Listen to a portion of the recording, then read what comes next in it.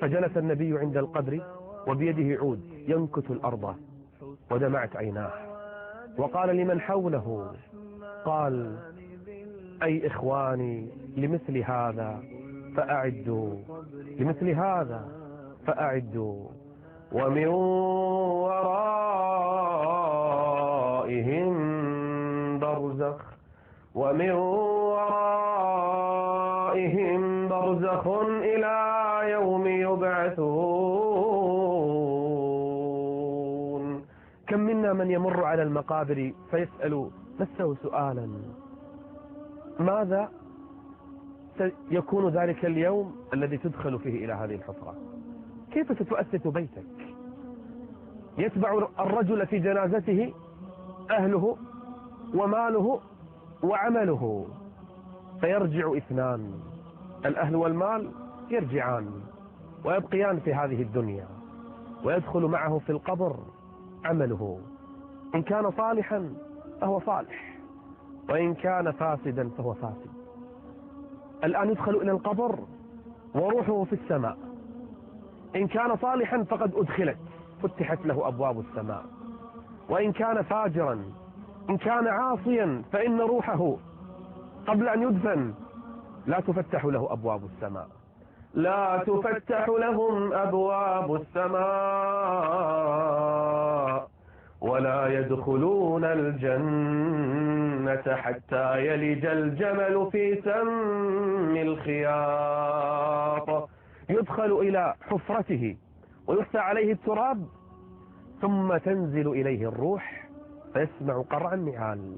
كان عثمان بن عفان إذا جلس في المقبرة بكى. قالوا: ما يبكيك يا أمير المؤمنين؟ قال: إنها أول منازل الآخرة.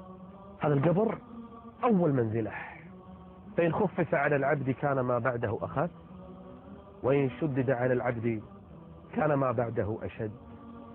فإن كان الإنسان فاجرا وكان الرجل عاصيا فإن روحه لا تدخل إلى السماء، فإن كان مشركا ألقيت روحه من السماء إلى هذه الحفرة تطرح طرحا.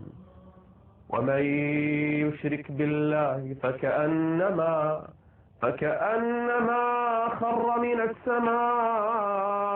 تسقط الروح من السماء إلى الأرض فتخطفه الريح، أو تهوي به الريح فيه، فتخطفه الطير، أو تهوي به الريح في مكان سحيق.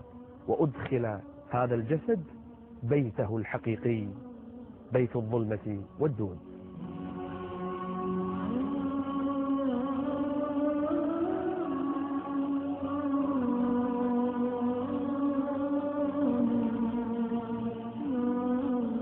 هذه الحفرة ستكون يوم من الأيام مكانك يا عبد الله، إنها بيتك، قصرك الذي تسكن فيه سيكون هذه الحفرة، غرفة نومك هذه المساحة التي تراها.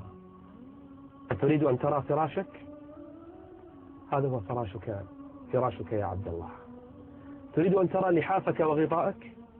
هذا لحافك وهذا غطاؤك يا عبد الله. تريد أن ترى مساحة الغرفة؟ تمتع وانظر. من أنيسك؟ من جليسك؟ فارقت موضع مرقدي يوما ففارقني السكون. القبر أول ليلة، بالله قل لي ما يكون. كيف سأنام أول ليلة في هذا القبر، في هذه الحفرة المظلمة، في هذا المكان الموحش؟ من سيؤنسني؟ من سيكون جليسي يا عبد الله؟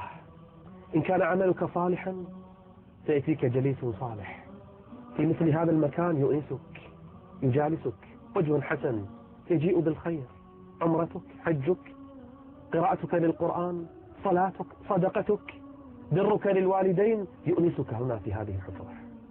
وإن كان عملك خبيثا، ترك للصلاة، عقوق للوالدين، زنا وفجور، فوجه سيء قبيح يكون جليسك في هذه الحفرة. هذه الحفرة الضيقة تضيق على بعض الناس حتى تختلف أضلاعه. يا ويله، حفرة ضيقة موحشة، فكيف إذا ضاقت؟ ومن الناس من كان صالحا يتسع هذا المكان له مد البصر، ويفرش له من الجنة، يأتيه من ريحها وروحها ونعيمها، ومنهم والعياذ بالله من يوضع في هذه الحفرة فيأتيه ملك بصخرة يضرب بها رأسه يفجر رأسه، ثم يعود فيضربه مرة أخرى.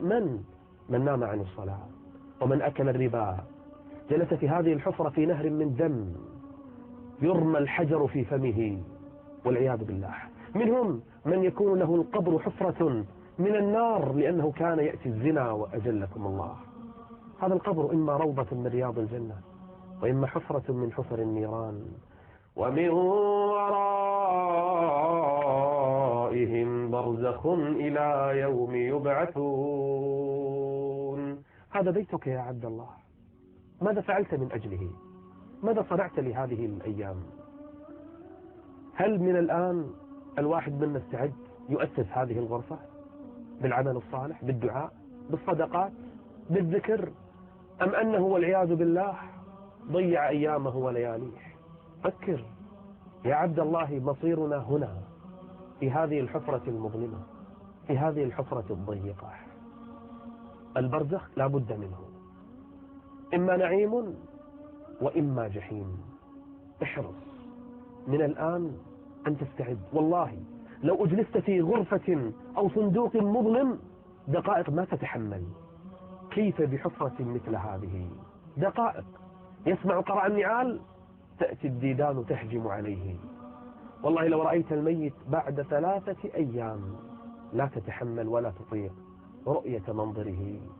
استعد لهذه الحفرة وتجهز لهذا المنزل، فإنك لا بد وساكنه.